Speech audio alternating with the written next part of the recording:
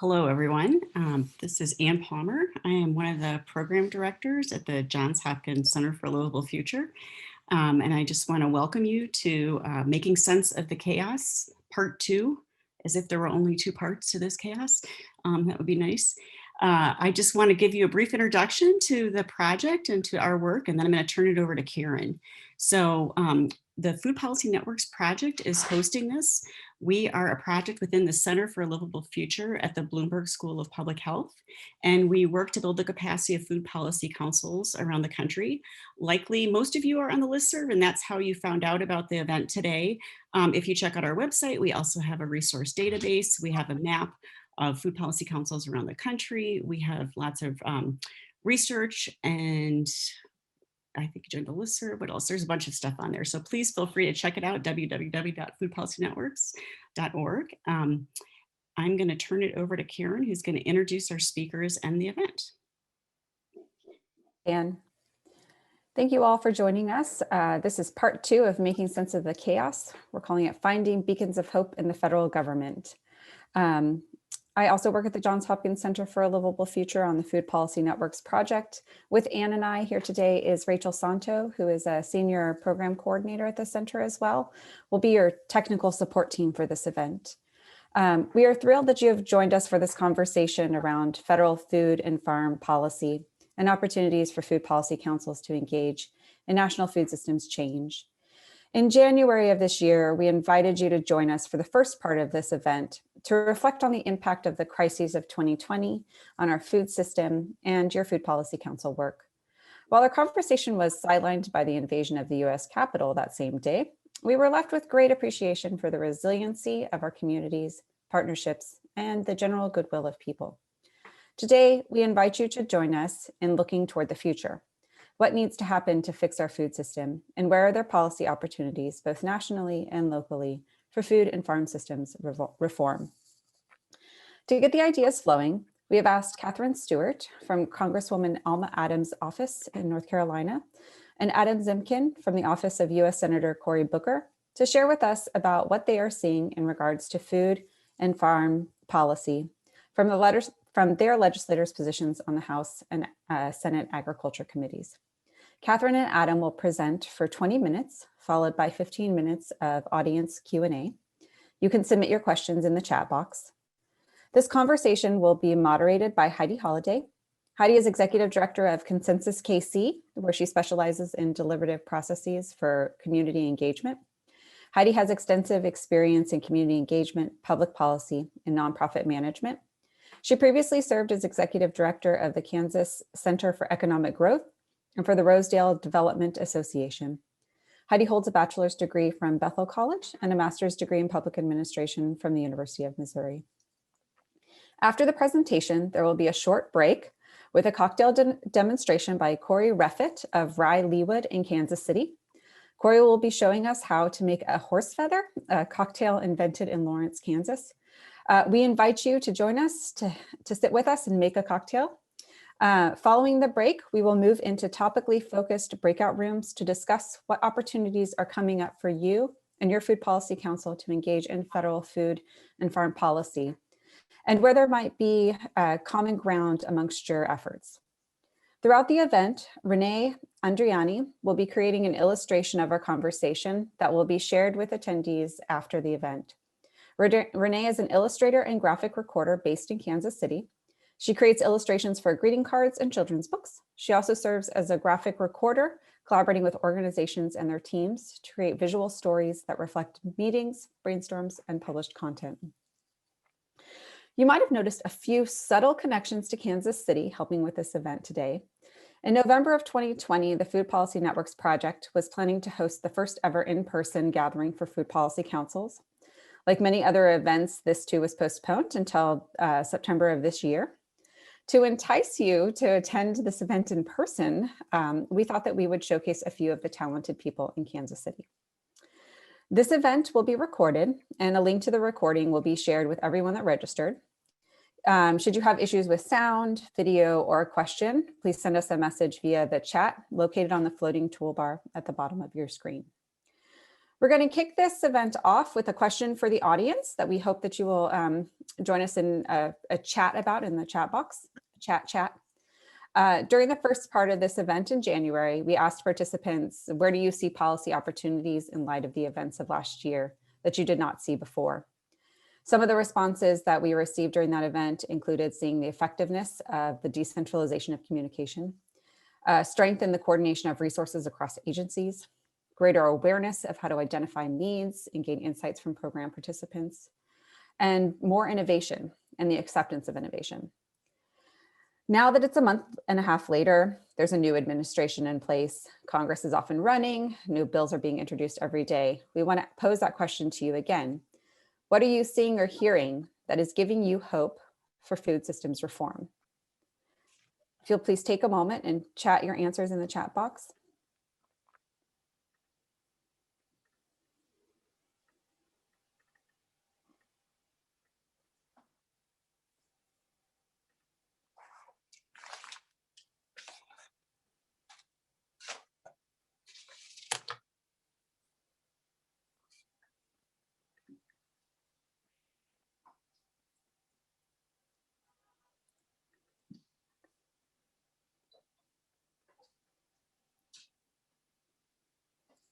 Amy says increased SNAP benefits and universal school meals. Pandemic SNAP increases that might gain traction and become permanent. Science and evidence-based decision-making back at the USDA. This administration acknowledging and addressing climate change, a commitment to climate and environmental justice at the federal level. Great. Please keep chatting where you're seeing hope. And at this point, I'm going to turn it over to Heidi to introduce our speakers and kick us off with Katherine and Adam. Well, good morning. I am so glad to be here today, and I'm super glad that you all will be gathering in Kansas City later this fall. Right now it is snowy and the sun is shining, which is lovely outside here. This morning, we are going to be hearing, as Karen said, from both Katherine Stewart and Adam Zipkin about the food and farm priorities for the federal government and possibilities for change. But before we do that, I want to give you a little bit of background on Consensus KC, which is the nonprofit that I serve as executive director of.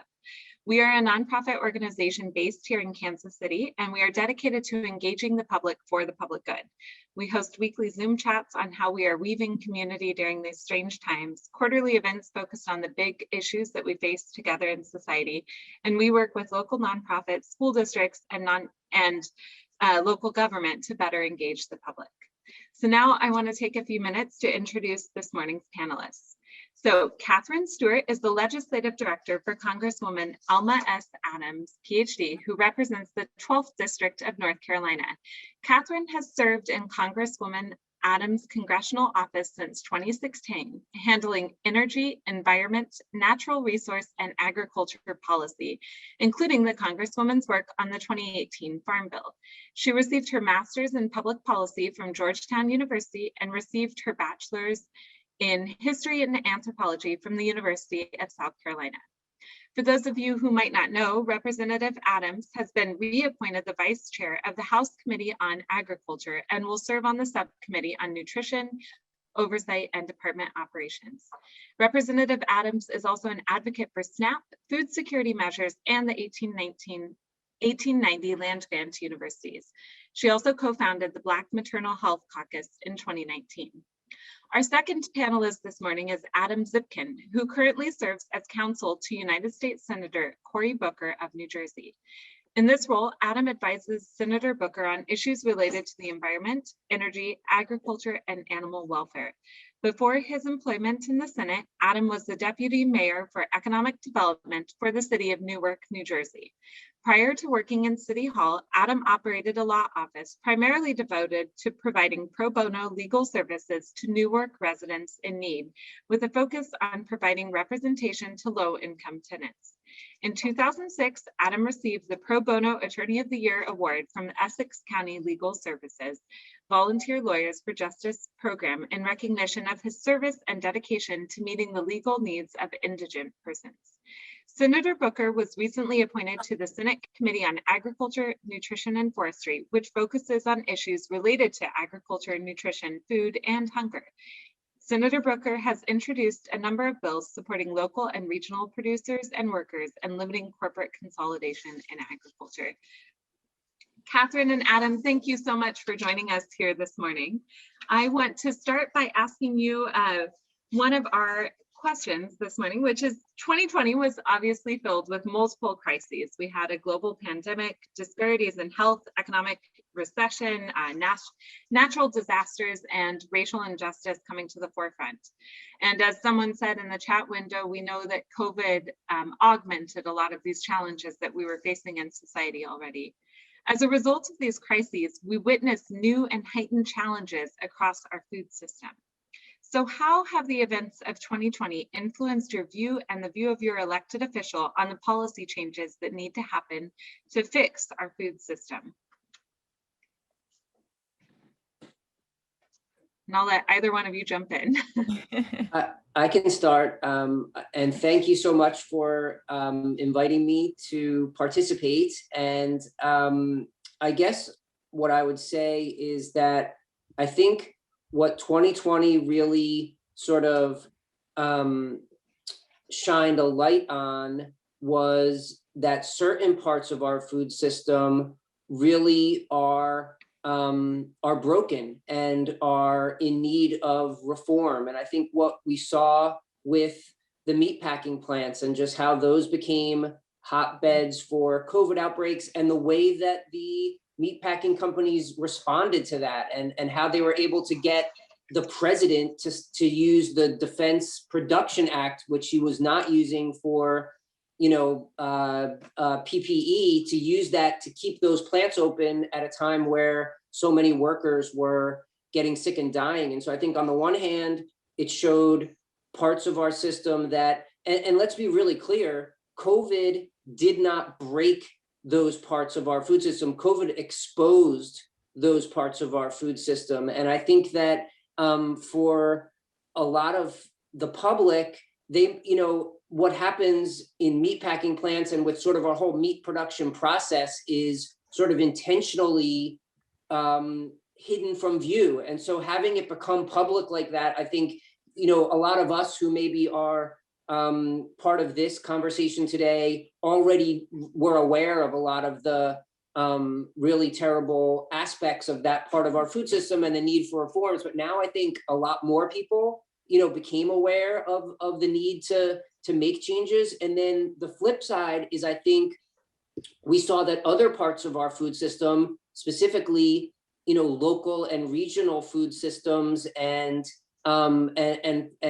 farmers who sell through farmers markets or CSAs, that part of our food system proved to be amazingly resilient, right? There was an ability to adapt to the conditions as they changed. And when all of a sudden, there was not an ability to sell to restaurants, or if even farmers markets were now being shut down, then farmers who hadn't previously done deliveries or direct to consumer sales or things online, right? They were able to a lot, in a much better way, adapt to the conditions. And so I think for Senator Booker, it really just crystallized some of the priorities that he already had in terms of wanting to substantially invest in local and regional food systems and wanting to, have a national conversation about big reforms to other parts of our food system. Yeah, actually, that was exactly one of the points I was going to make, is that, I think both of our bosses have worked in this space for a long time. So not even necessarily changing, I think, the policy priorities they had, but more, making it clearer and more obvious that those changes were needed and even more urgent than I think we thought they were. We already thought they were important and they needed to happen as soon as possible, but COVID-19, all of the crises of last year really just shed a light on how much more urgent they were than we even thought. And at least other members maybe thought. For example, my boss has been pushing on increasing SNAP for a long time. She has a Close the Meal Gap Act bill. which would increase benefits by about 15% and take away some of the caps on shelter deduction and difficulties in getting the medical expense deduction that, hurt folks who have high expenses. And she's been introducing that bill since Republicans were in charge of the House, and we had no hope to get any part of that implemented. But I think it, served as a really good way to build traction for that kind of provision. And build slow momentum behind it. And I think it made it easier, as we went into last year and really saw how difficult the situation was for folks, to say, hey, 140 members already support this.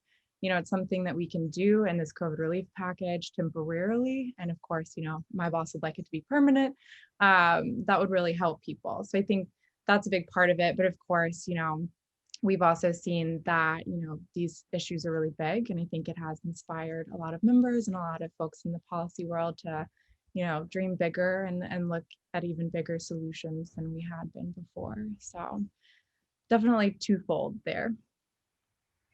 That's great. I'm wondering, you both have touched on this a little bit, but I'm wondering if there are any promising policies or opportunities that you really have seen coming out of the events of last year. So you've touched a little bit on SNAP and on the ability of local producers to adapt to change. And more specifically, are there any promising policies that are coming to the forefront? Justice for Black Farmers Act, the Booker bill. I think we've seen a lot of things to be excited about. I think actually some folks already spotlighted this when they answered your question earlier, but there've been, some really good things happening in these COVID packages. And I think moving into 2021, hopefully the, Biden relief bill will see even more momentum behind those changes. We just marked up actually the budget reconciliation provisions in the House Agriculture Committee last week. And part of the Justice for Black Farmers Act made it into that bill. We provided debt forgiveness for farmers of color as one of the main provisions of the Agriculture Committee's portion of the bill. And so I think that that's something really exciting. Mr. Booker, his team, but also the widespread racial justice movement over the summer, I think really made that possible. It's not something that a few years ago we would have thought we would be able to do. So that was exciting. We also, increased SNAP by 15%, even though it's just temporary, but Biden recently announced that the USDA is going to look at reevaluating the Thrifty food plan, which is the basis for the program, and updating it to make sure that it's actually reflective of the cost of food and cost of living today. So that's exciting.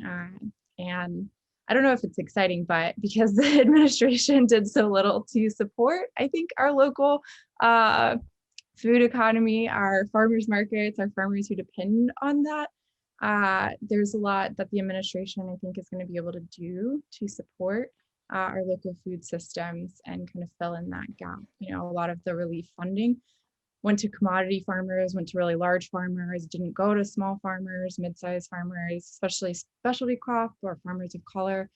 And so I think we're going to be able to, take another look at that and really target where the relief is going, so that instead of exacerbating the issues with our food system, it's really helping us rebuild a better one.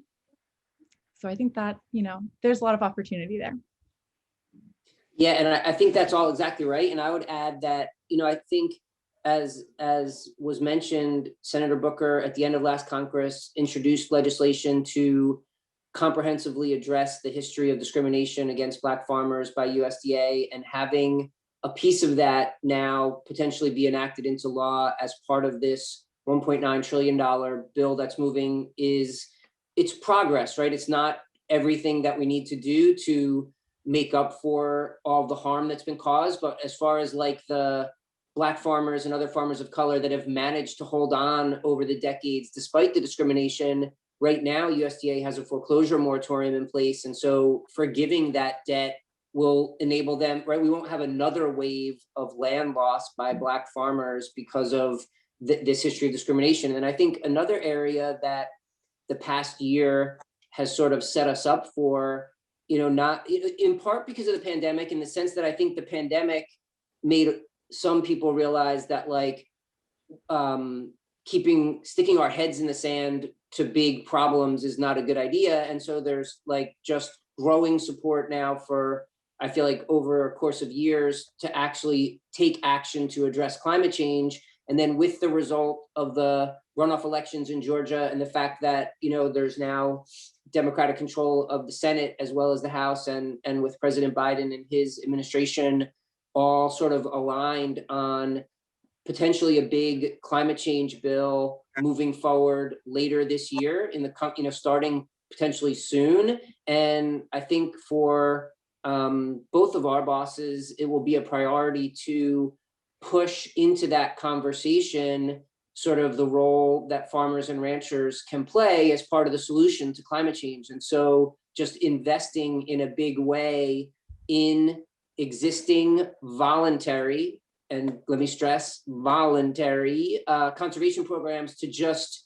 have farmers be compensated for the types of practices that we, you know, NRCS and scientists are telling us are beneficial from a climate change perspective, that will increase soil health and increase sequestration of carbon in the soil. And there's so many benefits to doing that, so many co-benefits in terms of, yes, it's important to be, you know, absorbing that carbon, but also it makes our farms more resilient. It makes our rural communities more resilient. It protects drinking water. It reduces flooding. Like and so I think there's just an opportunity this year. There's sort of potentially a once in a generation opportunity to take really bold action on climate change, and to be not forgetting and including in a big way in there, you know, the role that our farmers and ranchers can play. Actually, that's exciting news from the House Agriculture Committee side. They just noticed officially a hearing that we'll be having next Thursday on climate change and forestry. So that'll be a good start to hopefully us building up to a bigger bill and more we can be doing in the climate space. I'm guessing for a lot of people in the room, it's great to hear hope behind movement that's going on in Washington, D.C. and in the federal government.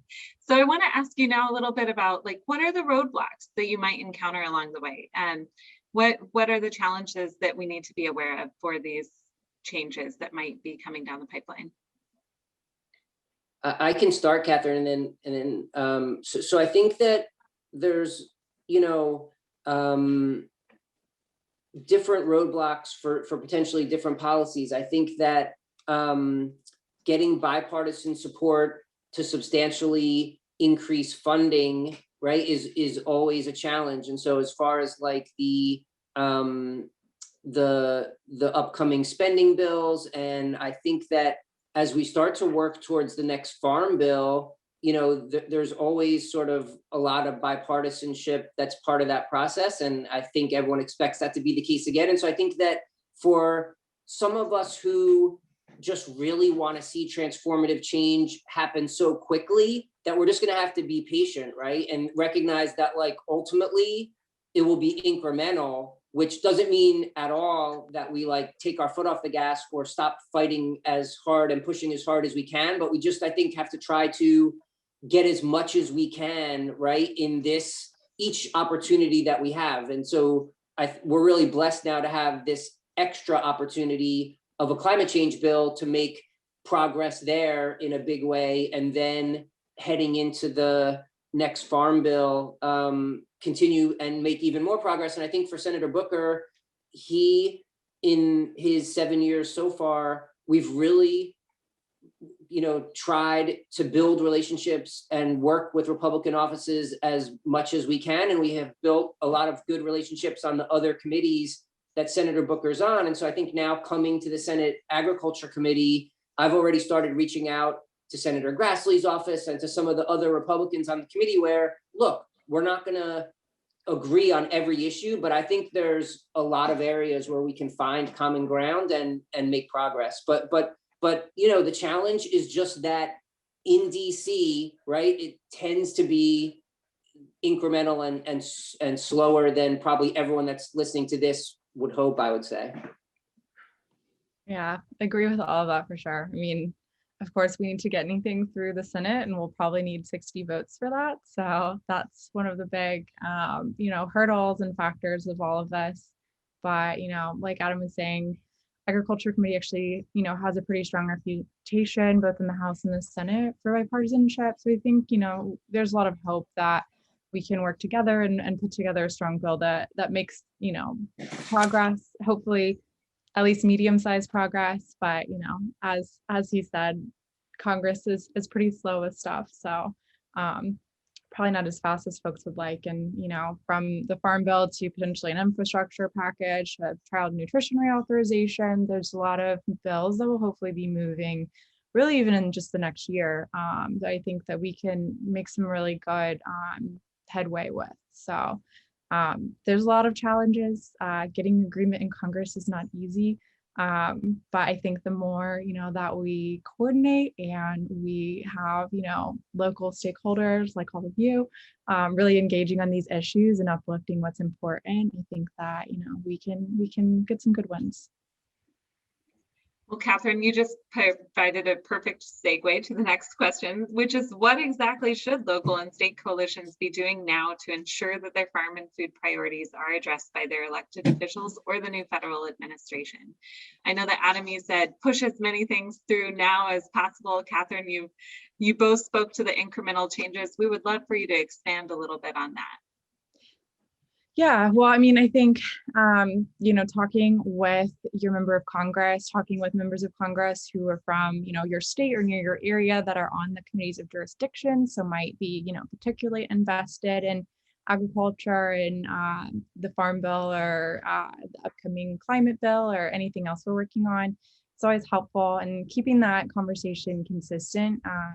I think when members hear that things are a priority for folks in their district and folks in their state, it leaves a little flag in the back of their head, in the back of their staff's head to make sure they're paying attention to that issue.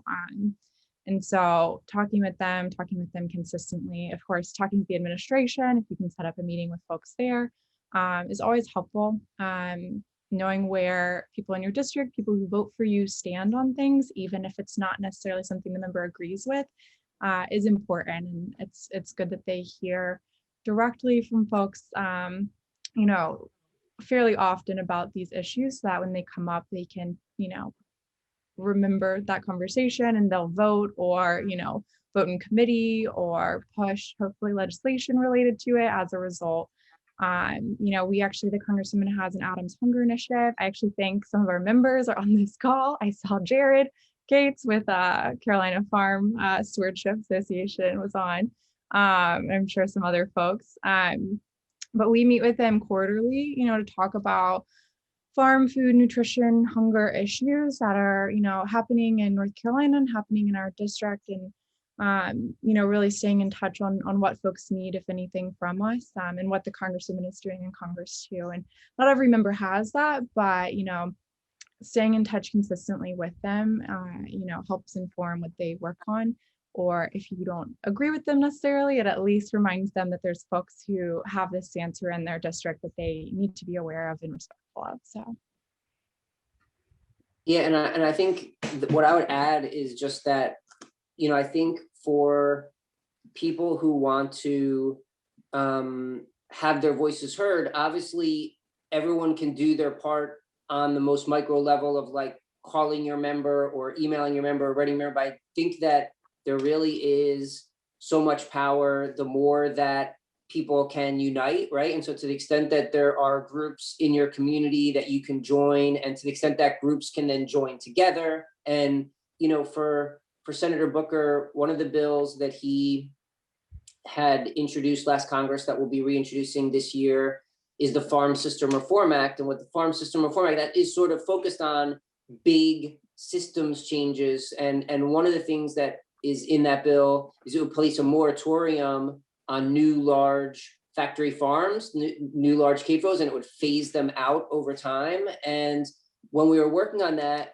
we very intentionally sort of worked with some of the progressive family farm advocates, but also public health professionals and groups who are concerned about like the risk of, overuse of antibiotics on factory farms. We worked with animal welfare advocates. We worked with environmental groups that are concerned about the sort of, drinking water contaminant. And so I think building coalitions, right? I think like the same thing that we're trying to do in connection with something that's a priority for the senator, where it's not just him coming out and having maybe a narrow slice of support. I think it's the same probably holds true for the people that are watching, in terms of, to the extent you can just be thinking about coalitions that you could build. And it may be that somewhere down the line, your interests may diverge, but the bottom line is, for the near term, right, there's a lot of times a convergence of interests, and we should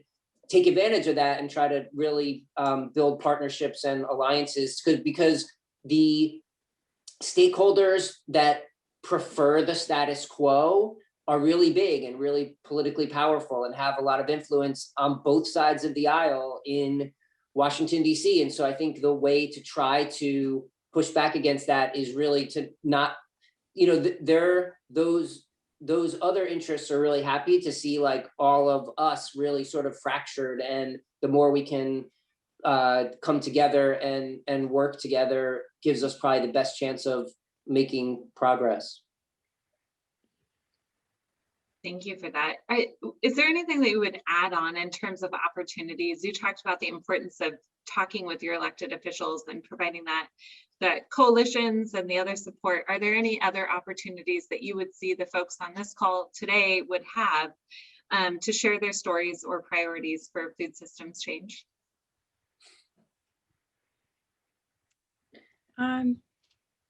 I guess one suggestion would be to create them. If your member isn't having town halls, or you're not seeing a lot of opportunities to engage with them or share what you're seeing that's concerning. And this can be on the state and local level too. I know that a lot of folks have the same issue on the policy councils, but similarly in Congress, and especially in the House. I won't speak for the Senate, maybe Booker's team can share. Adam, you might be able to share more on how you all are structured, but at least in the House, we have really small teams. We don't have a lot of capacity. We're always kind of running around, trying to do everything all the time with teams of, 15, 20 people, maybe 1 to 2 offices in our district, and, a few people in DC. And so if you all aren't seeing a lot of opportunities coming from members in your area, you can always approach them and tell them that you would like to host a community event with them. You want them to hear from, stakeholders in their district that are concerned about the local food system there and a variety of related issues. And if you come to them with that offer, it's a lot easier for them to say yes. Someone else hosting something and just having, the member come by and hear from everyone is usually a little bit easier than, us planning big events around things. And if it's not necessarily a priority for them, if they're not on ag committee or haven't engaged in these issues a lot, that can be a little daunting for them to be, planning engagement opportunities around an issue that they don't feel they know well. So I would definitely encourage you all to do that as much as capacity allows. Of course, social media is a great opportunity to engage and share stories. You can always send those to members and state and local electeds, post them, engage with them there. But definitely, talk to your members, talk to their staff, and see if there's ways that you all can collaborate to kind of bring stories to them and make sure that folks are being heard. And the only thing I would add to that is, I think 2 things. One is definitely it is fine to sort of reach out to the policy staff like Katherine and I in Washington to talk about policy ideas. But at the end of the day, it can be effective to be reaching out to members' state offices, right? Because if they're hearing, if the state offices are hearing from a lot of constituents on an issue, then it comes to our Washington, D.C. office that way, right? As like, look, we're hearing this on the ground from our constituents, and like, what can I tell them, and how are we addressing it, right? And so it's like, because they're the direct sort of constituent outreach and engagement team, like it may seem like, oh, I'm just going to go straight to the Washington staff, and at times there's value to doing that and it makes sense, but I think just not losing sight of those connections to the offices of the senators and Congress people who have, in their district or in their state. And then the other thing I would say is, ultimately the focus here is around like federal legislation and effectuating change in Washington. But a lot of times if you can work with your state elected officials and get something to pass in a state, a lot of times there is this synergy between like federal policy and state policy in terms of like, if a few states pass something, it could get Congress's attention that way as like, look, this is a successful program that we could emulate nationally, and here's like the results of it, and here's why it's good. And the same thing kind of happens where the bill I mentioned that we introduced that would put the moratorium on large factory farms, that those types of bills had been introduced in a number of states before we introduced it at the federal level. But then we got feedback from some of the states that like were so excited, like that they just felt like having the federal bill was going to help them with their efforts at the state level. So I think, you know, those two sort of types of engagement at the state level, even though you're not coming directly to me and to DC, can also in the long run have an impact. Absolutely. And cities and local are great too. If you maybe are in a state where the legislature is less excited about your ideas than others, a lot of times you can talk with your city and county folks too, and there can be good changes you can make on that end. I know our county and city teamed up to help a lot more of our farmers markets accept EBT cards, which was really important and great because it gives, you know, folks who are struggling with hunger an opportunity to access, you know, fresh, healthy food. And it also gives a stronger base of consumers for local farmers. So there's a lot of really important progress that can be made there that can trickle up, just like Adam said. So just for folks who might be in states with less friendly folks on the ag end to talk to. Thank you both for that. We're starting to get some audience questions trickling in, so I'm going to start going through those. The first one is about your priorities for the upcoming Farm Bill reauthorization and Child Nutrition Act reauthorization. What specifically do you want to see in those bills? Go ahead, Katherine. Oh gosh, I don't think I want to commit the Congresswoman to too many specifics about what she would like to see in those bills. You know, we've already touched on some big parts of it. Of course, you know, I think we're excited to see what we can do on the nutrition front. This is obviously a really different landscape than the 2018 Farm Bill. So I'm really optimistic about all of the progress that we can make. You know, hopefully making our nation's federal anti-hunger programs easier for folks to access, make the benefits more adequate. Of course, I think there's a lot we can do to better support Black farmers and farmers of color through this bill. Child nutrition authorization, kind of similarly, I think anything we can do to expand, you know, anti-hunger programs in that bill, the Congressman will be very supportive of. There's a lot of growing support for free school meals, which I think is really exciting. So I think, you know, kind of across the board, the Congresswoman is really looking at anything that's going to support greater equity in the food policy world and hunger space. And, you know, she, as we mentioned, is a huge supporter of the 1890 land grant universities and really sees them as an important way for us to, especially in the agriculture landscape, you know, educate the next generation of farmers, and the research that they do is also really important to bringing greater equity to ag. So definitely we'll be looking out for anything we can do to support them. And I think for Senator Booker, you know, we literally have been on the Senate Ag Committee for about a week. We haven't even had our first hearing yet. That we, you know, so we're still definitely figuring out the sort of priorities in terms of like what's the art of the possible. And as I said, it'll be a combination of, you know, reaching out to Republicans on the committee, working with the chairwoman, Senator Stabenow, and I think the bills that the senator has introduced addressing the history of discrimination against Black farmers, you know, investing in a really big way in farmers and ranchers as part of the solution to climate change, these systems reforms. I think the senator will just be looking for any opportunity to sort of make progress on those types of priorities that he has. And one thing I'll say that we've been thinking about is you know, one of the things that we saw during the past year was this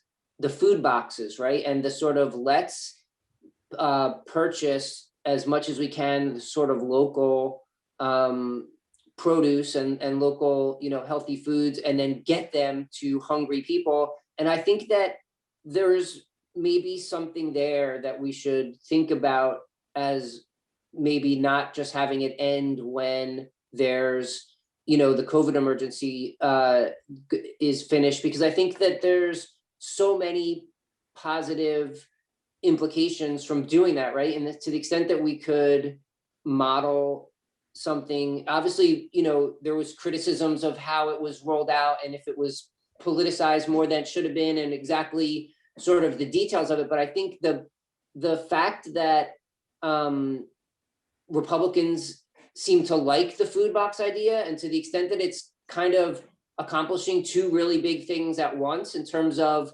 let's purchase fruits and vegetables from local farmers and let's get that to people that are sort of food insecure writ large, but also perhaps a lot of times live in food deserts where they don't even have like really the opportunity to buy healthy foods and fresh fruits and vegetables. So I think that, it's not a fully baked legislative idea yet, but I think there's potential there. I have an audience, thank you both for that. I have an audience question for you about where you are getting your food system news from. So I know, Adam, you said that the senator in your office is getting caught up to date still. And Katherine, I know that Representative Adams has been doing this work for a few years now, but where are you getting that food system news from? What do you read? What are you paying attention to? I read everything that comes into my inbox. Yeah, I mean, we get a lot of, thankfully, we get a lot of, articles and news sent straight to us, Politico, AgriPulse. I read Civil Eats, a little bit of everything, I think that, the good thing about having strong partners in our district is that, they keep us up to date too, and send us important articles if they see anything going on, or update us on, any new issues. What else do I read? Oh gosh. For the most part, we try to stay up to date and go to briefings and stuff too. Like a lot of organizations will host briefings for staff to kind of update us on what the latest is in their world. So there's a lot of, varieties of sources, I guess, as we're trying to make sure we stay on top of the latest and greatest and what the newest problems are, if that makes sense. I don't want to list a bunch of too many things off the top of my head and forget any of them. Well, what I'm hearing from you is that all of the food policy coalitions on this call should make sure that their senators and representatives are on their mailing list and provide them with information.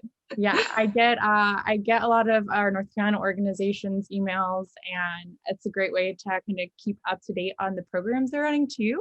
So it's always really exciting to see like things come through from like RAFI and other organizations that are like, we're offering a grant right now. And so, we can share that with folks in district, but also keeps us abreast of, anything that they're working on or any issues they're seeing that they're pushing out to, their stakeholders. Yeah, I think that's all exactly right. And, there's so much news, right? Like there's just so much information every day that's like, I tried to start off early in the morning, just kind of going through all of the stories that are coming in from like the Politico and AgriPulse and Civil Eats and like Modern Farmer, but then also just like looking at what's in the Washington Post or the New York Times, right? So obviously that's much broader news sources, but then there will be the stories there. And then, there was a New York Times story today about how sort of rotational grazing and certain types of livestock raising can have really positive environmental impacts, but it was also sort of questioning, but how beneficial is it from a climate change perspective? And it gave different, stakeholders perspectives. And so I think just keeping up on from as many different news sources as possible. And then to Katherine's point, there's people constantly like forwarding us op-eds or articles, and because to the extent that there's like newspapers around the country that have articles. It's hard for us to see them all here in DC, but I think there's also trade press like Daily Yonder has good articles. And so there's just so much out there. And really, from my perspective, I just try to be a sponge and like absorb as much of it as I can. Yeah, there's a lot that we get sent our way. I think we all just tried to take a look at all of it. I do follow some people on Instagram and like small farmers on Instagram to try to keep track if they're like posting about anything. That's not really news, but try to diversify my resources in case people are in some places and not others. Love that. So we're getting questions trickling in, and we've got about 5 minutes left of this Q&A. So I'm going to move into this next question, which was there much analysis about how much money eventually went to local producers versus big ag? And I'm assuming this is in relationship to the bills that were passed for COVID relief last year.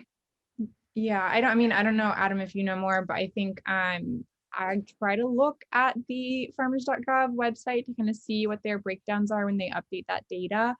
And unfortunately, and actually the Congresswoman has a bill, the local farmers and farmers markets. I'm going to butcher it now. There's the Local and Regional Farmers and Markets Act.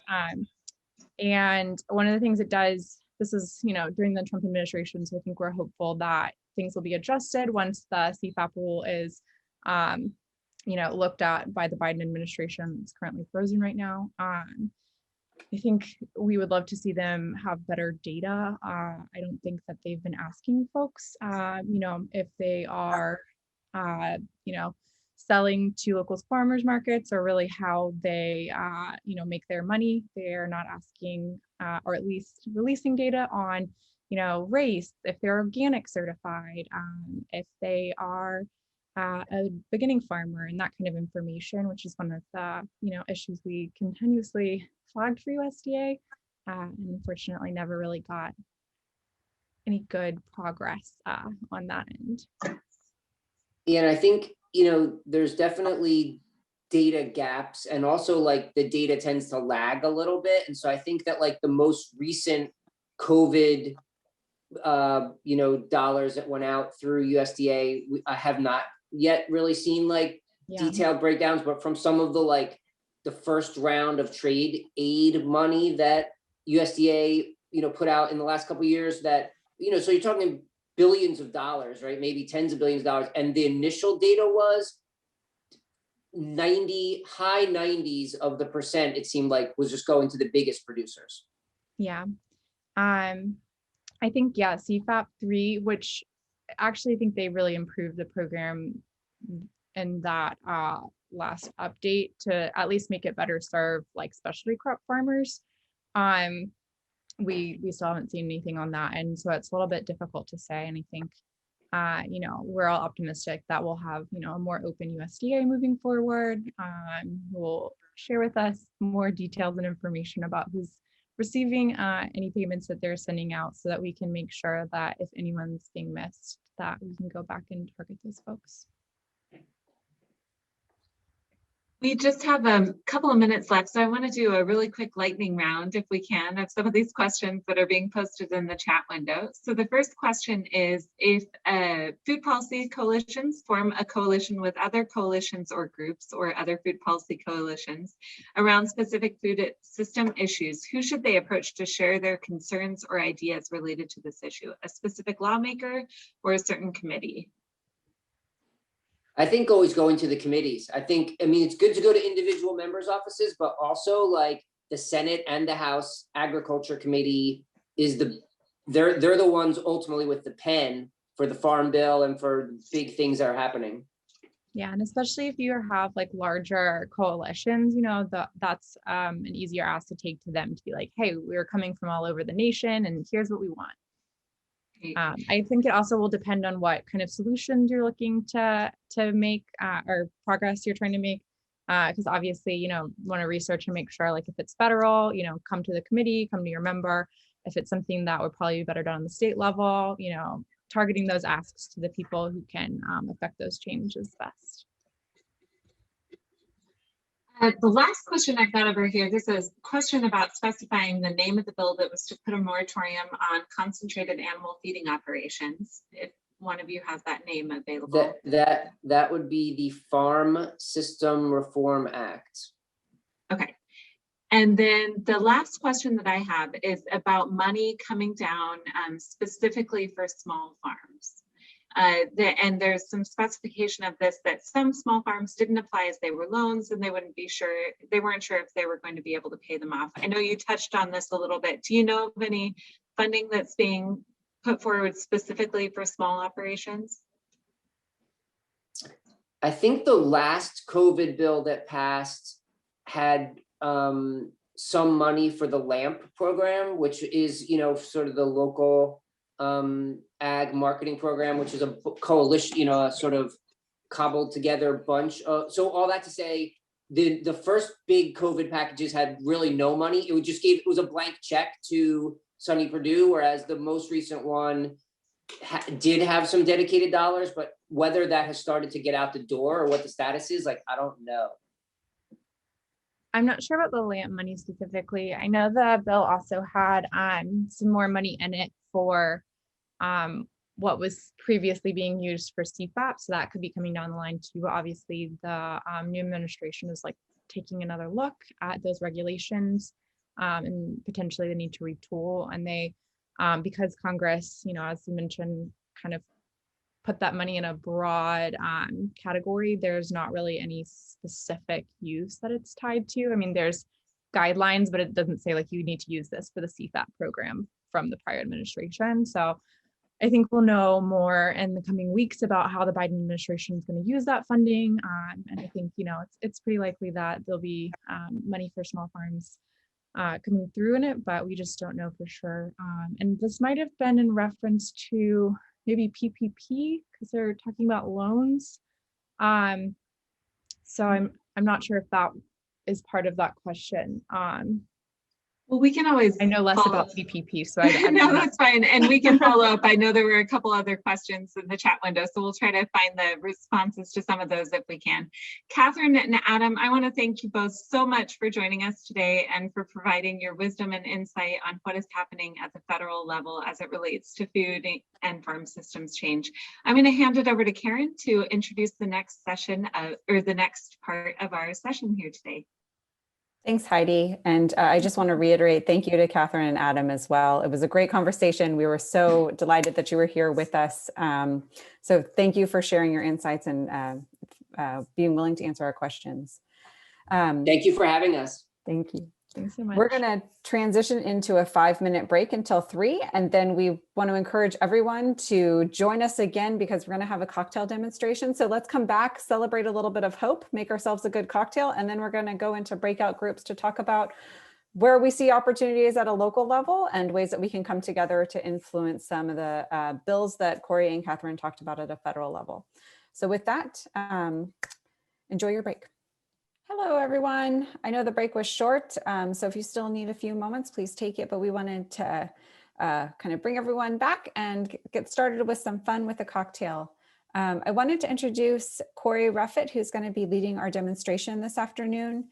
Cory has been the lead bartender at Rye Leewood for the last 3 years. Rye Leewood is a casual fine dining restaurant that specializes in Kansas, Missouri comfort food.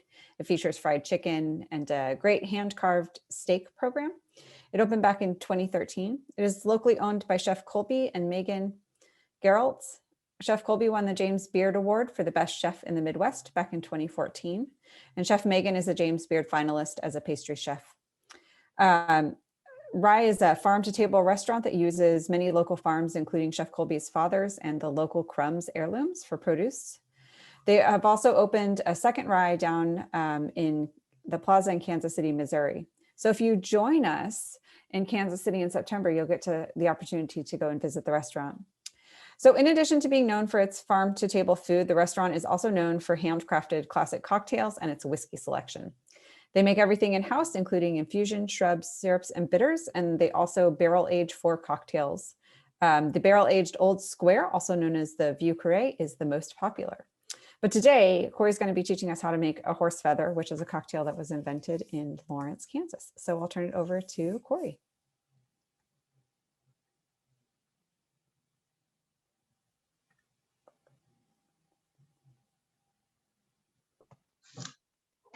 Hi, everybody. Can you guys hear me okay? Yep. Greetings here from Kansas. It's a nice, warm 27 sunny day. So compared to the last couple of days, it's been great here for us. Pretty excited about that. As she said, I am from right here in Leawood. I've been a lead bartender there. And what I want to teach you today is how to make a horse feather. Horse feather is one of those highly debated cocktails of where it came from here back in Kansas City. There's knowns that either some people in Kansas City, Missouri in the bar district back in the late 1800s to Lawrence, Kansas, since it's been around since 1865 down at their bar district. So it's pretty fun conversation that happens here in the city of where that cocktail really originated. The basis of that cocktail, since we're using rye whiskey, used to be rye whiskey, bitters, and soda water. And then slowly as sweetness kind of crept into the cocktail scene, you see ginger ale and ginger beer kind of put into it as well. Later on too, as you see the Moscow Mule with kind of the same batch of the cocktail with lime juice and vodka come in, you kind of see the addition of now using that copper mule to keep everything nice and cold too. So that's where we've kind of got to today, and it's one of our local favorites that we use.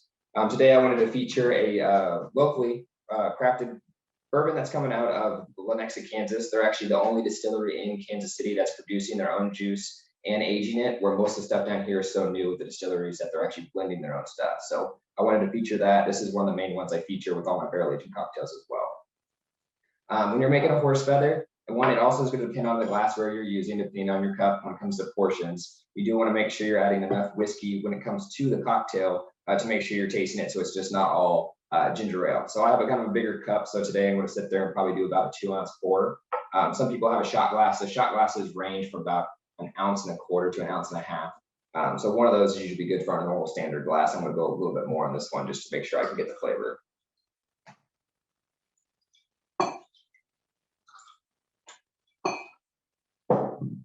Second ingredient I really like to use would be the Angostura bitters. These are one of the bitters that's been around forever. Angostura actually gets its name from the city in Venezuela where they're created, but now it's created in Trinidad and Tobago out there at the port. And that's where this company is coming from. It's one of the oldest known bitters, but again, we also infuse them in the house, but this is ones we really like to go to. So 2 strong big shakes of that. And again, on the size of your glass, you want to do a couple more bitters as well. You want to make sure the cocktail is balanced. This will make sure that sweetness from the ginger beer and the sweetness from the actual alcohol and the whiskey kind of balances out on that cocktail. I like to build it in the glass too. You're more than welcome to use a shaker depending on how you like it. But since I'm using a copper mug, everything's gonna be nice and cold with this. I like to build it in the actual mug. Got ginger beer here going. I put about 2.5 to 3 ounces of that, and you just sit there and put ice in it as well. Again, like I said, if you want to shake, you can sit there and shake. I would do that before the ginger beer to kind of chill that whiskey and put the bitters in there together. And then I just go ahead and top straight with ice when it comes to these classic mug cocktails. It's gonna nice and chill down. That cup is gonna get nice and cold. And as it gets colder, it usually tastes nice, crispy, and clean. Highly debated too is in what you want to put when it comes to the garnish. Some people do not like to garnish at all. They don't like to add any of the citrus to actually balance out. Some people like to do a nice lemon wedge or lemon twist too, depending on what your preference is too. So if you'd like to add that, put that up too, it's nice. Common misconception too of the horse feathers, people think there is lime juice in it because of that Moscow Mule relation. But this is just has a bitter. So if you want to do that balance, I would do lemon on it as a nice balanced cocktail. So if you have a straw, make sure you get a nice turn. I'm just going to do the back end of my bar spoon. That should all really need.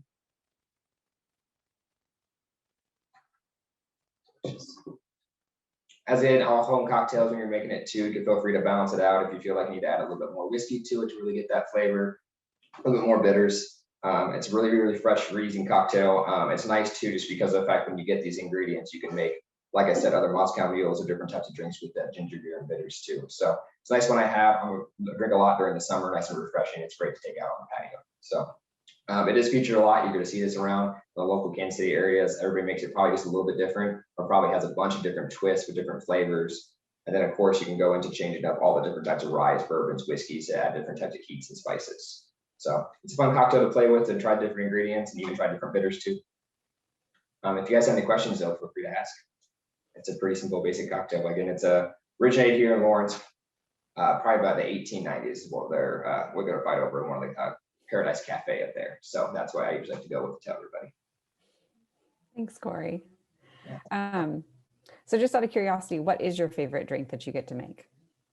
Personally, I do a barrel-aged Boulevardier is what it's called. So a Boulevardier is going to be a whiskey twist on a Negroni. So you take a nice rye whiskey, an Aperol, which is a bitter Italian liqueur, and sweet vermouth. I put that all in an actual barrel, and then I actually toast some cardamom, clove, coriander, and then a little bit of juniper berries. And I actually put that in a barrel for 6 weeks. And I age that. It's not nearly as sweet as what Bucarest that we barrel age is. It's a little more bitter with that Aperol in it. It's probably one of the favorite things we do at the restaurant. It sounds Everybody delicious. really knows us for that sweeter drink, but I like that a little bit more bitter. It sounds great. Do you know where the name for the horse feather originated? Horse feather, it used to be horse neck is the classic cocktail term that used to be with the whiskey bitters and soda water. So you're thinking with the feather kind of name when they started adding ginger beer and different flavors on that too, because it was a twist on that horse neck classic cocktail that they called back in the day too. You don't see that a lot too. A lot of people don't really do the whole bitter soda and ginger beer drink, so it's not a classic name. Like if someone came up to that in the bar and we ordered that, I give them a second glance and then remember what it is, because it's just not something that's really popular lingo. But I'm assuming it's just because it's a twist on that. That's where the feather came in. Great, thank you. No problem. Does anyone else have any questions for Cory? Has anyone tried the horse feather before? Heidi? Thank you. So I just wanted to say cheers to you and thank you for joining us and showcasing and making a cocktail for us. We're hoping that it loosens people's tongues, gets them kind of relaxed to have some exciting conversation about policy.